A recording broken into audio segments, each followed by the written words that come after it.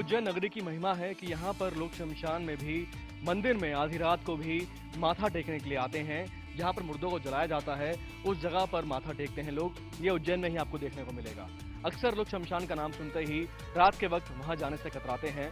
शमशान के दूर से भी अगर निकलते हैं तो कानों को हाथ लगा लेते हैं। लेकिन उज्जैन ये वो नगरी है जहां शमशान में भगवान विराजमान है, लोगों की ऐसी मान्यता है।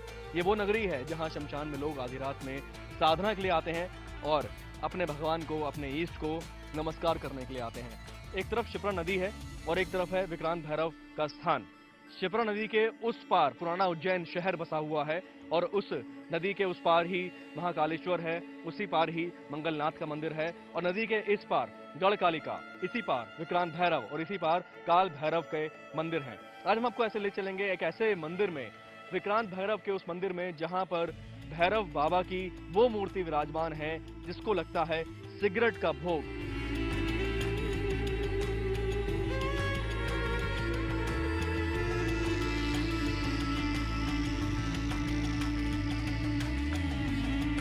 शमशान में विराजमान है विक्रांत भैरव। आइए उस मंदिर में अब चलते हैं। विक्रांत भैरव भगवान यहाँ विराजमान है और यहाँ पर उनको इमरती का, जलेबी का, नमकीन का भोग लगता है। लेकिन जो सबसे अहम जो बात है वो ये है कि इनको सिगरेट का भी भोग लगता है। अब ऐसा क्यों है, क्यों सिगरेट का भोग लगता है? अमूमन ये होता है कि किसी मंदिर में अगर आप जाएं तो सिगरेट, माचिस ऐसी चीज़ें ले जाने के लिए मनाही होती है और चेकिंग करके इन सब चीज़ों को बाहर ही भिजवा दिया जाता है या रखवा दिया जाता है। लेकिन ये वो मंदिर है जिसे बहुत श्रद्धा भाव से तमाम भक्त यहाँ पर आकर अर्पित करते हैं भगवान को। और खुद पंडित जी अपने हाथ से सिगरेट और माचिस हमको दिख रही है। अब आगे की प्रक्रिया महाराज क्या है? अमूमन देखने में आता है कि मंदिरों में अगरबत्तियाँ कुछ इसी तरह जलाई जाती हैं, धूप जलाई जाती है, ज्योत दीपक जलाए जाते हैं। लेकिन यहाँ पर दीपक भी है, ज्योत भी है, धूप अगरबत्ती भी है, लेकिन उस सबके साथ में सिगरेट है जो पुजारी जी अपने हाथ से जला रहे हैं। और विक्रांत भैरव जी को इस तरह से सिगरेट का भोग लग रहा है।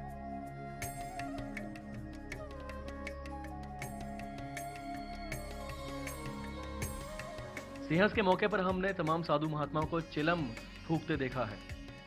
हमने काल भैरव मंदिर में मदिरा पान होते देखा है, भगवान को भोग लगते देखा है। लेकिन उज्जैन रहस्यों की नगरी, महाकाल की नगरी, काल गणना की नगरी, तंत्र मंत्र की नगरी, उज्जैन में विक्रांत भैरव मंदिर में भगवान को इस तरह से सिगरेट का भोग लग रहा है। ये क्या कथा है, कैसी कहानी है कि सिगरेट का भोग लग रहा है भगवान? तांत्रिकों का मानना है कि जब वो शमशान में बैठकर सिद्धि प्राप्त करने के लिए आते हैं तो बाबा से उनको आशीर्वाद लेना पड़ता है। यही मैं अपने बचपन से देखते आ रहा हूँ कि वो पहले सिगरेट जलाएंगे, बाबा से आशीर्वाद लेंगे, उसके बाद जाके वहाँ बैठेंगे। उज्जैन में हमने कई मंदिर देखे हैं जो तंत्र साधना के लिए काफ़ी प्रसिद्ध है और शमशान के बीचों बीच विक्रांत भैरव का स्थान जहाँ तांत्रिक साधना करते हैं। यहाँ पर चिताओं के लिए भी मुर्दे जो हैं वो जलाए जाते हैं, चिता का स्थान भी है।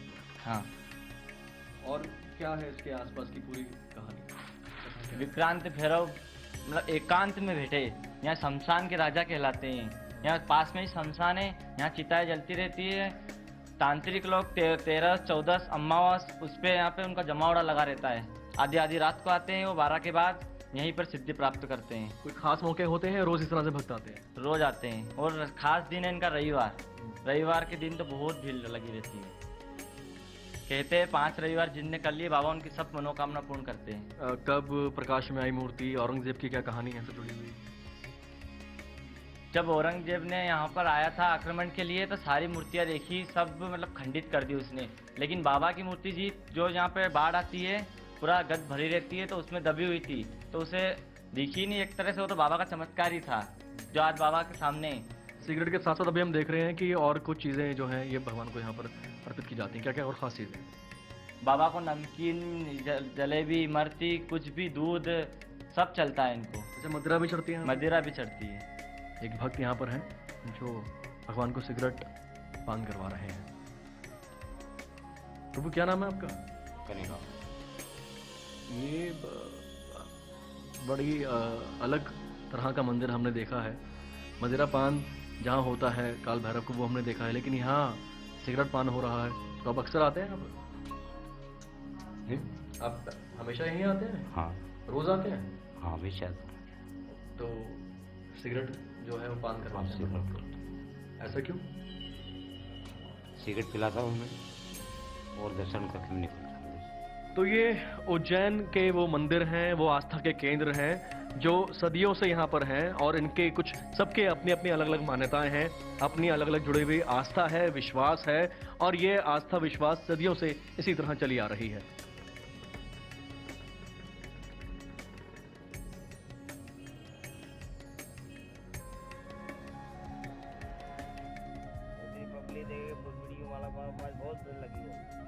सिंहस्थ के मौके पर हम आपको मिलवा रहे हैं उन संत महात्माओं से, उन बाबाओं से जो अमूमन जिनके दर्शन दुर्लभ होते हैं, लेकिन सिंहस्थ एक मौका होता है कि तमाम बाबा के हम यहाँ पर एक ही जगह पर एक ही क्षेत्र में दर्शन करने का मौका मिलता है। धुनी रमाए बैठे हैं बाबा और भक्त यहाँ पर, उनके तमाम यहाँ पर भक्त भी खड़े हैं। बाबा IBN 7 पर आपका स्वागत है। बाबा इतनी सारी रुद्राक्ष की मालाएं हैं, कितनी रुद्राक्ष की माला आपने पहनी है? ये 1.25 लाख रुद्राक्ष से काशी विश्वनाथ से चढ़ाया है महाप्रभु जी। विश्वनाथ से चढ़ती है महाकाल से, ये तो महाकाल के पर्व में आए हैं। 1.25 लाख रुद्राक्ष पहने हैं बाबा आपने। तो ये तो 1.25 लाख, तो बाबा इनका वजन भी काफी हो जाता होगा? काफी वजन हो गया था, अभी कुछ थोड़ा घटाया है। कुछ अंदाजा बाबा कितना वजन होगा, ताकि अगर आम जो दर्शक बैठे हैं वो अंदाजा लगाना चाहें कि कितना वजन आप पहन के बैठते हैं सारे अपने नित्य? हो जाए 20 किलो। 20 किलो। अब ये 20 किलो वजन धारण करके आप जो है भ्रमण भी करते हैं, अपनी आराधना भी करते हैं? आराधना कर लेते हैं। बाबा ये जैसे जटाएं हम देख रहे हैं, काफी लंबी जटाएं हैं आपकी, इतने भारी, आपने 20 किलो वजनी 1.25 लाख रुद्राक्ष आपने धारण किए हैं, तो बाबा इनको मेंटेन करना, क्योंकि आम लोगों की तो बस की बात ये है नहीं, क्या करना है, तो कैसे? फिर भी जानना चाहें बाबा की जिज्ञासा तो आती है ना बाबा उनमें, तो कैसे करते हैं, मतलब इतनी जटाएं को मेंटेन करना? खुद हो जाती है। अब बाल मत कटवाइए, आपके खुद हो जाए, गुरु भक्त बन जाए आपका खुद हो जाएगा। अब जटा तो संगार है, ये बाल आया ही है, डुप्लीकेट क्या असली बताओ? असली दिख रहा है, नकली दिख रहा है? असली दिख रहा है, इसलिए क्या बोलते हैं बाबा। लेकिन हम नाराज नहीं होते, कोई टच करता है तो नाराज नहीं होते? हम काहे को नाराज हो गए? तो पब्लिक ही संत को बोलती अच्छा और पब्लिक ही बोलती खराब, उसी के बस में। संसार तो अपने बस में नहीं है। ये बड़ी अच्छी बात बताई बाबा आपने, शुक्रिया हमसे बात करने के लिए। तो ये नियम होता है कि भस्म रमाए जब बाबा बैठे होते हैं, तो जो दर्शक भी देख रहे हो, तो उज्जैन भी अगर आप आ रहे हैं, सिंहस्थ के लिए जा रहे हैं, या कभी ऐसा मौका लगे आप जाएं, तो बाबा को दूर से नमस्कार कीजिए। आप उनके कहते हैं कि चरणों की धूल जो है गुरु की वो ले ली जाती है, तो भी उसी का आनंद आ जाता है।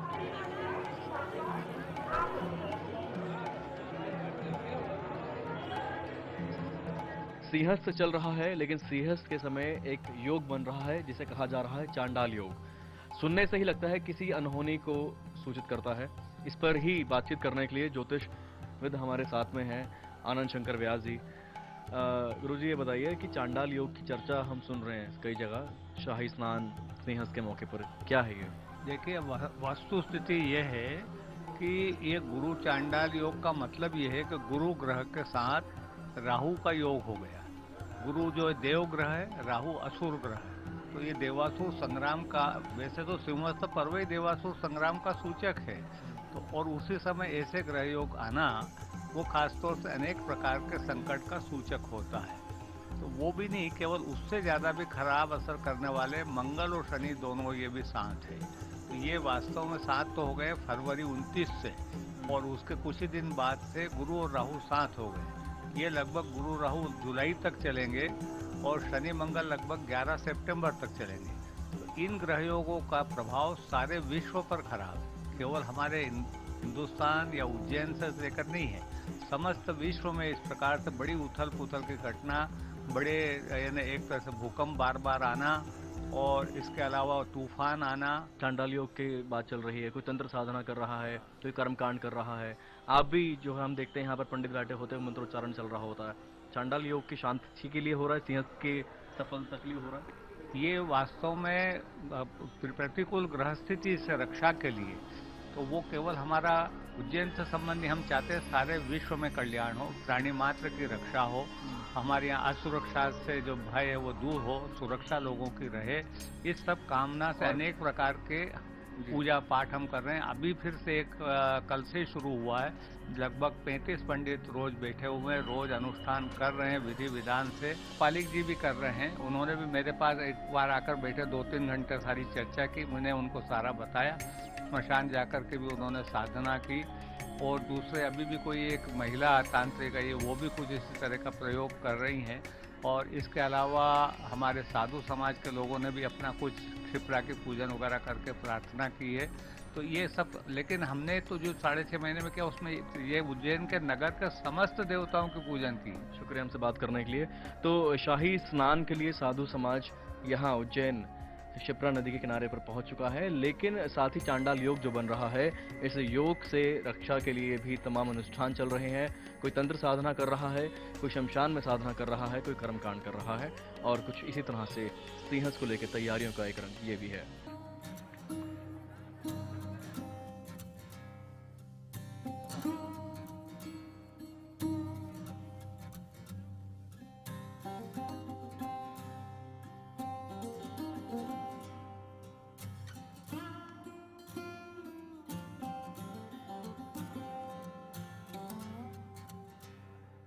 सिंहस्थ में जहां साधु संत महात्मा के दुर्लभ दर्शन के लिए लोग आ रहे हैं, वहीं साधु संतों के शिविर में अन्न क्षेत्र भी चल रहा है, भंडारा चल रहा है, और उत्तम स्वामी जी हमारे साथ में है। जैसा नाम वैसी व्यवस्था देखने को मिल रही है स्वामी जी। जी नहीं, नाम तो सब सेवा है, सब लोग सेवा अपने अपने तरीके से करते हैं। तो हम लोगों ने देखा कि जितने भी यहाँ आसपास के गरीब लोग हैं, जो नौकर लोग हैं, तो ये आज से नहीं 7 तारीख से भंडारा चल रहा है। तो आज आप देख रहे हो, आप देख के कितनी भीड़ आ रही है। सुबह 10 बजे से चालू होता है तो 2 बजे तक, हम रात में शाम को 7 बजे से चालू हो जाए तो 11 बजे तक भंडारा चलता है। तो निश्चित रूप से ये अन्नदान कलयुग में सर्वश्रेष्ठ दान है। तो मुझे लगता है कि ये लोग अपने घर में काम करते हैं, घरदार परिवार छोड़कर आए हैं, तो अगर अपनी पंडाल में थोड़ा बहुत ग्रहण करके घर के लिए अगर 20,000 25,000 रुपए बचा कर ले जाते हैं, इससे बड़ा कोई पुण्य नहीं, ये सर्वश्रेष्ठ पुण्य है। अच्छा, यानी जितने भी शिविर लगे हैं, बहुत बड़ा मेला क्षेत्र है, वहाँ जितने भी लोग काम कर रहे हैं सब यहाँ पर खाना खाने के लिए आते हैं। सब यहाँ के 7 तारीख से यहाँ आसपास के जितने भी पंडाल के वर्कर हैं, ये अपने भोजन की शुद्धता को देखकर, आप देखना शुद्ध घी, शुद्ध तेल, कोई डालडा किसी प्रकार से कुछ नहीं है, तो सब लोग यहाँ पर उसी तरह से शुद्ध तरीके से उनको भोजन करा रहे, थाली में भोजन करा रहे। किसी भी तरह से प्रधानमंत्री जी का जिस तरह से वह संदेश है कि स्वच्छता अभियान जो है, तो हम किसी गंदगी न हो, इसलिए थालियाँ 10,000 थालियाँ बुलाई है। सारी माताएं बहनें, कोई इसमें धर्म नहीं, कोई जाति नहीं है, कोई किसी प्रकार की जाति धर्म नहीं है, तो उन सभी को समान रूप से सब यहाँ वीआईपी भी बड़े से बड़ा आदमी यहाँ आकर भोजन करता है, छोटे से छोटा आदमी आकर एक लाइन में लग के भोजन करता है। और श्री उत्तम स्वामी जी की उत्तम व्यवस्था एक और आप देख रहे हैं यहाँ पर, ये गर्मी बहुत ज्यादा है, जी। उसके लिए व्यवस्था ये की गई है। जी। और ये क्या सिस्टम है, कहाँ तक लगा है ये तो पूरा पंडाल में लगा है। मुझे लगा है कि लोग आज 44-45 टेम्परेचर है, तो उनको शांति से, इतनी गर्मी में रहते हैं तो भोजन जो 2 रोटी खा ले, उनको बड़े ठंडक, अंदर भी ठंडक और बाहर भी ठंडक मिले, इसलिए इस तरह की व्यवस्था सब व्यवस्थापकों ने कर रखी है। शीतलता मन की भी हो और पेट की भी हो। जी दोनों। और ये इसलिए खास हो जाता है क्योंकि भीड़ की वजह से जो बाहर रेस्टोरेंट्स हैं, जो खाने की जो दुकानें हैं, बहुत महंगा हो गया सब जगह, ट्रांसपोर्टेशन भी बहुत महंगा हो गया, बहुत महंगा हो गया। तो इन लोगों के लिए तो बहुत काम की चीज़ है ये। इनके लिए तो एक तरह से मैं सोचता हूँ कि सर, जितने भी लोग हम देखते हैं, उनके माता घरदार परिवारों को, बच्चों को छोड़कर अपने पैसा कमाने के लिए आते हैं, तो मुझे लगता है यही पुण्य है सबसे बड़ा, यही अमृत हमारे लिए तो अमृत प्राप्त है। कुंभ में हम लोग, मनुष्य जीवन में तो अमृत मिलता नहीं है, लेकिन इनके आत्मा की शांति, ये हमारे लिए सबसे बड़ा अमृत है, और हमने अमृत प्राप्त कर लिया और हम अपने जीवन में अमर हो गए, ये समझकर हम इसको पूरा कर ले। बिल्कुल। तो ये है श्री उत्तम स्वामी जी की बात। और अमृत पान के लिए लोग यहाँ पर आते हैं, शाही स्नान के लिए आते हैं, जहाँ पर अमृत की बूंदें छलकी, उसी जगह पर अब भंडारा चल रहा है, और उसी भंडारे को लोग खाने के लिए आते हैं, और उसी को अमृत पान समझ रहे हैं इस भंडारे को करने वाले उत्तम स्वामी जी और उनके जितने भी व्यवस्था में लोग जुड़े हुए हैं। स्वामी जी, चलते चलते एक कोई बात, कुछ जो कहना चाहें आप दर्शकों को, बाकी लोगों को, सुनने वालों को? मैं ये कहूँगा, भयभीत होने की जरूरत नहीं है। जितने भी दर्शक है, सरकार ने अच्छी व्यवस्था कर रखी है। आप निर्भय होकर आइए, स्नान करिए, महाकाल का दर्शन करिए, संतों का दर्शन करिए, और अपने जीवन में थोड़ा बहुत भारतीय संस्कार अपना कर कुछ ना कुछ देश का, समाज का, संतों का, साहित्य का, पुराणों का, वेद का थोड़ा सा अमृत ग्रहण करके अपना जीवन भी वह सुखमय, शांतिमय, समाधानमय जिए, ये मेरा सभी देशवासियों को संदेश है। और आप आइए, पधारिए, वेलकम। शुक्रिया मित्रों जी। तो आपको दिखा दें कि पंडाल में भीड़ जो है, रोजाना करीब 10,000 लोग हैं जो अन्न क्षेत्र में यहाँ पर आते हैं, भोजन ग्रहण करते हैं, भंडारा ग्रहण करते हैं, और इसी तरह से अमृत पान वो कर रहे हैं। और ये भंडारा आगे भी इसी तरह चलता रहेगा और चलती रहेगी हमारी सिंहस्थ पर स्पेशल सीरीज।